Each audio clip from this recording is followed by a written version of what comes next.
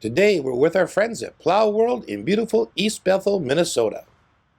Hi folks, I'm Nathan with Two Guys in Riding. Today Rob and I are out here in East Bethel, Minnesota, and we're here with Chris, and we're here at Plow World Power Equipment. So Chris, thanks for having us out here. Yeah, no problem. Thanks for coming out. So what do we have right here?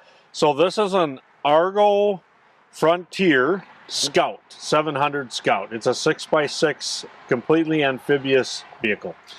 I have always wanted to get up close to one of these. I gotta tell you, it's an amazing little machine. So, you know, let's start with the drive system here for all 6 wheels, because it's chain driven. Correct. Yep. It is. Every wheel has a chain going to it for the drive system. You can see the rear chains on the back tires there. Yep. Oh wow. They're self-tensioning poly blocks, so as you drive and the chain stretches a little, that automatically will snap back up into the next position to keep the tension going on it, and then those blocks are really easy to change, so if they wear out, you can just change the poly block. Okay, and then all three axles look the same way. Correct. Actually, they don't go all the way across, so really it is 6 little axles. Right, and this chain doesn't run all the way to the front. This chain will run to the next tire, and from that tire it'll go to the front. Okay, so then the sprockets are offset then. Correct. Oh, yes. Interesting. Because I know you can see them. You can see the front ones from the front. Yep, and then there'll be one set where there'll be two. Okay. Yep. So you can change the poly block if you ever need that, but self-adjusting chains. Self-adjusting chains. That is one big chain. Yes. I mean, several big chains really, but okay. So that's how it's driven. Okay, so how does it float? Because, you know, when I look at the outside of it, if I were watching the camera, I'd say, wait a minute, you have all sorts of areas things can leak into. How's that supposed to float? So this whole piece right here is the actual tub of the machine, and this is just an added skid plate. Okay. So that's not like a two-piece body. It's a one-piece body with an added skid plate just for protection. Yep. Okay. Now notice you got your drain plugs down here. Yep. And then, of course, you do have a bilge pump on here. It does have a bilge pump. So if you're out duck hunting or you could go do soft water fishing as well in the open water and fish, and you're bringing in fish or net and there's water coming in, you can just flip the bilge pump on and pump it out. Yep. Okay. So this would be a spot for 2 passengers in the rear. Correct. You can have this size machine. You can have 4 guys on land and 2 guys in the water. Okay. The 8-wheeled version, you can have 6 on land and 4 in the water. Okay. How does this classified, in Minnesota? Great question, because in Minnesota, there's kind of a gray area on how people are licensing them and how they're using them. So if you license this as a Class 2 ATV, because of its width, then you can legally go on any of the Class 2 trails, and you can legally go in the water.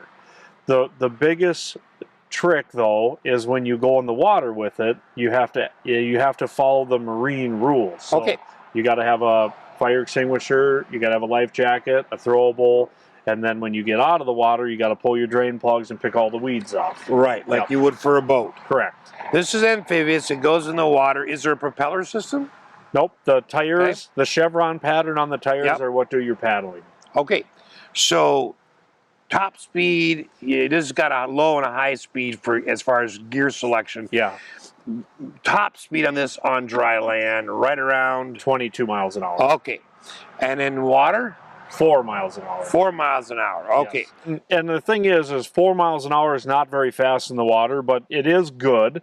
And if you really need to get somewhere faster than that, they make an outboard bracket for this that you can hang up to a 9.9 outboard motor on it. Oh boy. Yeah. So then you can take the boy skiing. There you go. Yeah, tubing at least. Well, yeah, tubing at least. You'd probably take that squirrel skiing. Yeah, there you go. Okay, so you do have a 2-inch hitch receiver, on the back, and then I'm assuming, obviously these are out for chains as well, but that's where you would tow it.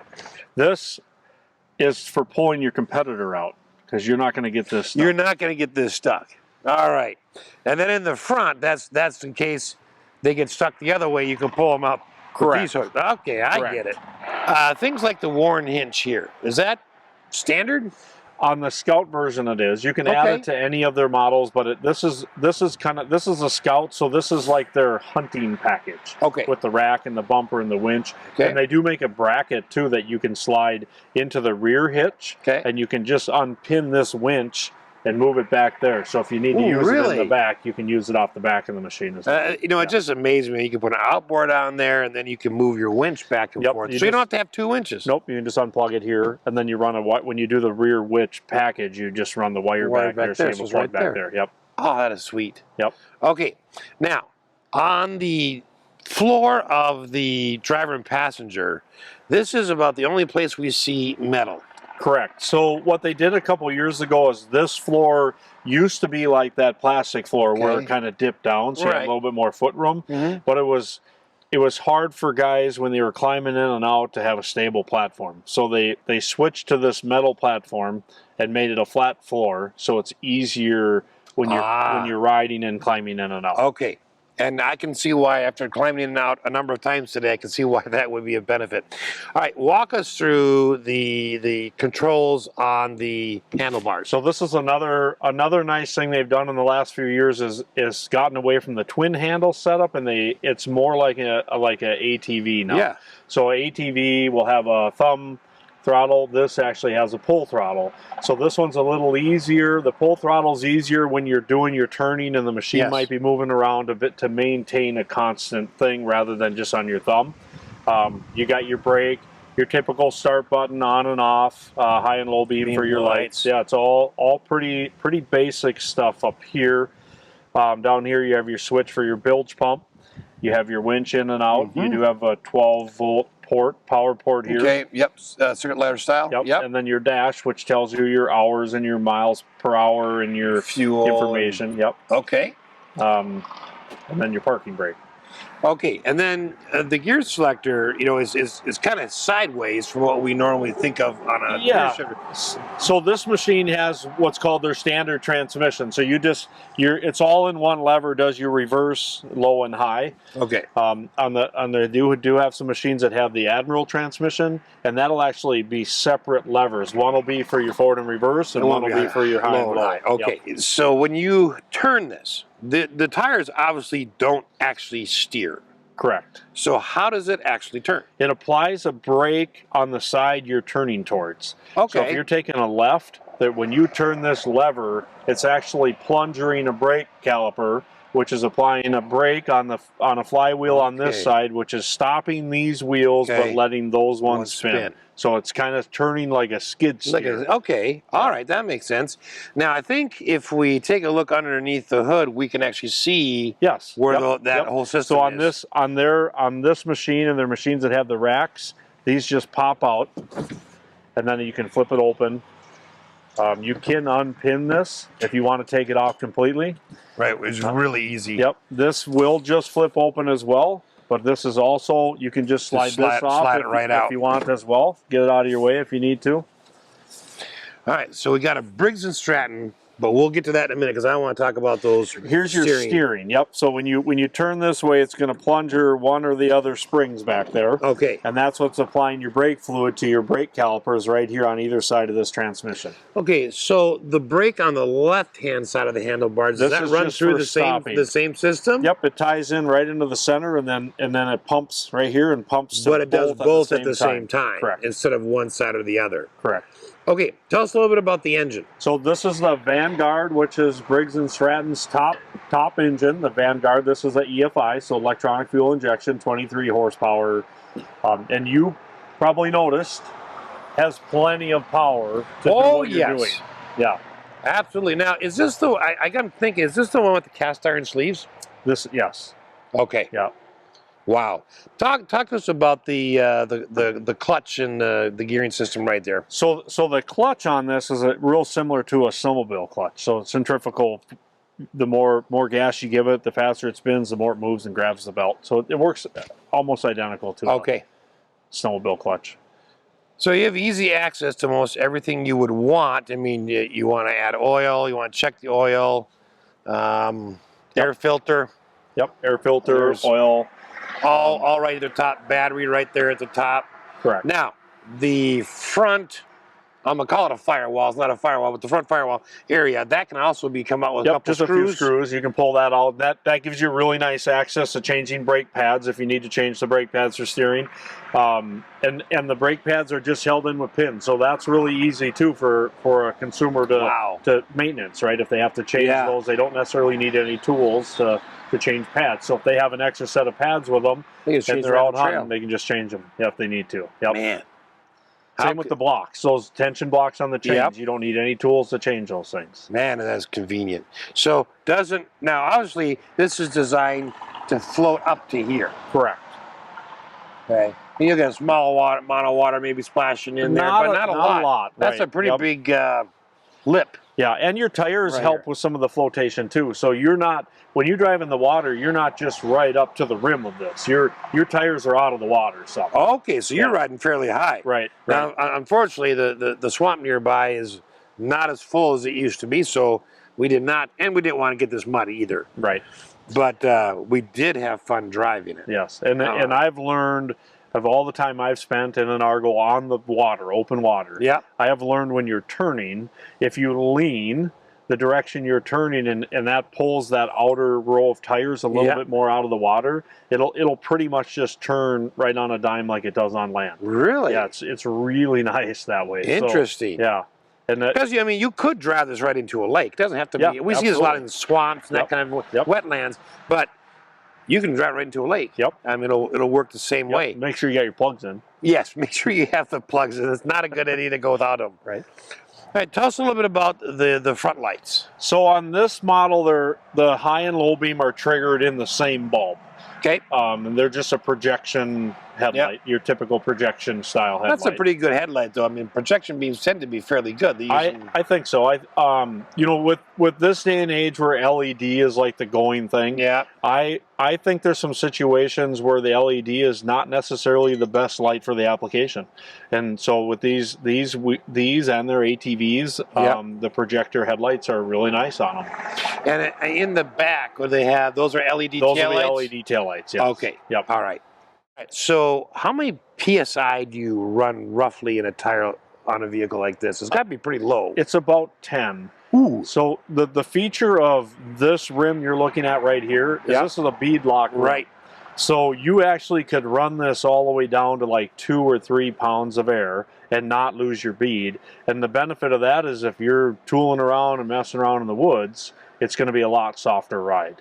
Okay. Because it's going to absorb a lot of the bumps out of it through the tires. Yeah, because then that just rides right over. I mean, Correct. The rubber absorbs it. So, and then it's all just a manual fill for air or release, right? Yep. There's not a central air system on there in these models. Okay. Now, what are some of the accessories? We see the front rack here. What are some of the other accessories besides the winch and stuff that you can get a trailer, right? Yeah, they do have a towable trailer. They have a 4-wheeled one and an 8-wheeled one trailer. Okay. The 4-wheel trailer is about the same size as this unit right here. All right. The 8-wheel trailer is bigger. The other accessories you can put on here is cabs, windshields. Okay, so you can get all that. Yeah, you can fully deck this thing out. Snow plows. We have snow plows in stock that can go on the front of these.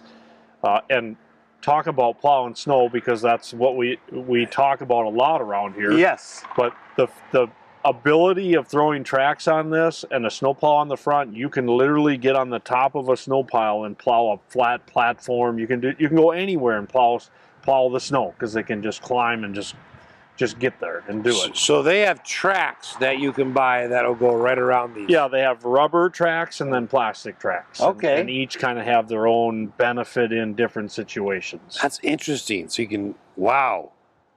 So, do these perform as well, I could say, in wet areas as they do in, say, a desert environment?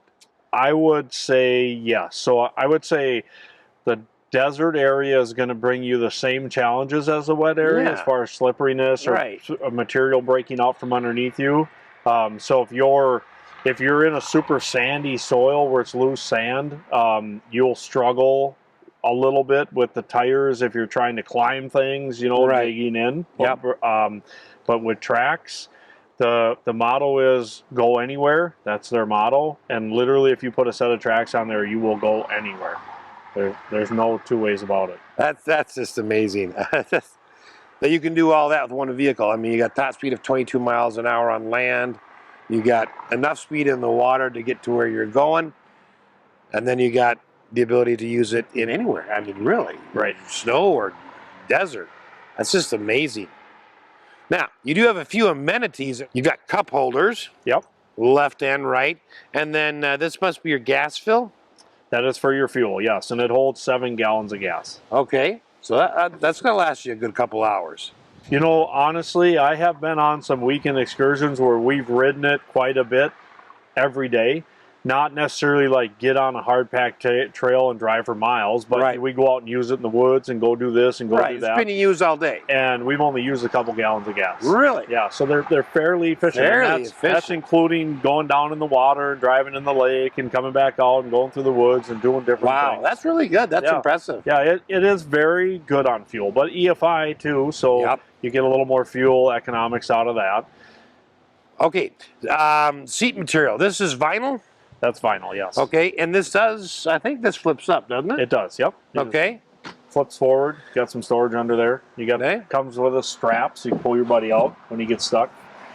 And a couple of extra storage compartments. So this part stays there. Yes. Okay, and the bench seat, of course, does not slide forward or backwards. It's okay. It's fixed, yep. And then as far as, you know, that we were talking about this earlier, there's a little indentation in the dash here. Maybe for a future radio or something. Currently not one available, but so now let's say I'm a customer and I want to buy this. Yes. And I contact you. Do you have one available? As of today, we have them available. We have several different models on hand. We have more plain Jane models that are a little bit less price. We have bigger models, 8-wheeled models that are plain Jane. We have 8-wheel models that are fully decked out, all the way up to like a 40-horse EFI engine on them. Oh wow! But yes, we have quite a few in stock. That's really fast when you're turning like that. It's got some torque. 23 horsepower is a lot. Yes. So the 40 horse definitely has some torque. Yeah. Okay, so you do have a selection here that people can come down and actually see. They're on the lot. They're not already sold. They're available. Yes, and I should mention that we are only an authorized Argo dealer at the East Bethel location. Okay, so because you have 2 locations. You have one in Sauk Rapids. Yep. And then one in East Bethel. So if you want an Argo product, you need to come to the East Bethel. Correct. Okay. But if you want some of your other products, because you sell a lot, tell us a little bit about everything that you sell. Well, we are a full-line Argo dealer. We have the ATVs, their UTVs, and their XTVs. We're a full-line AutoCAD dealer, so we have those ATVs and UTVs and snowmobiles. We are a Ferris lawnmower dealer. We're a Simplicity lawnmower dealer. We are a Greenworks dealer, Greenworks commercial dealer. We're a Husqvarna dealer.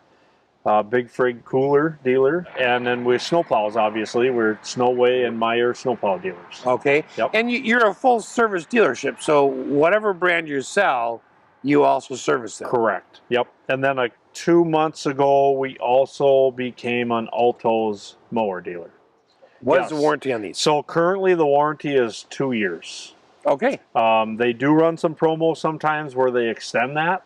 to 3 years. Okay. Just depends on the time of the year. Okay, and that covers everything. That's the motor, everything on everything there. but abuse. Yeah. Right. Okay. Well, you know, Chris, thank you so much for taking your time to have us out here, letting us take this for a drive today, and sharing your expertise on this particular model of Argo. We appreciate it. Yeah. Thanks for coming out. Thanks for watching.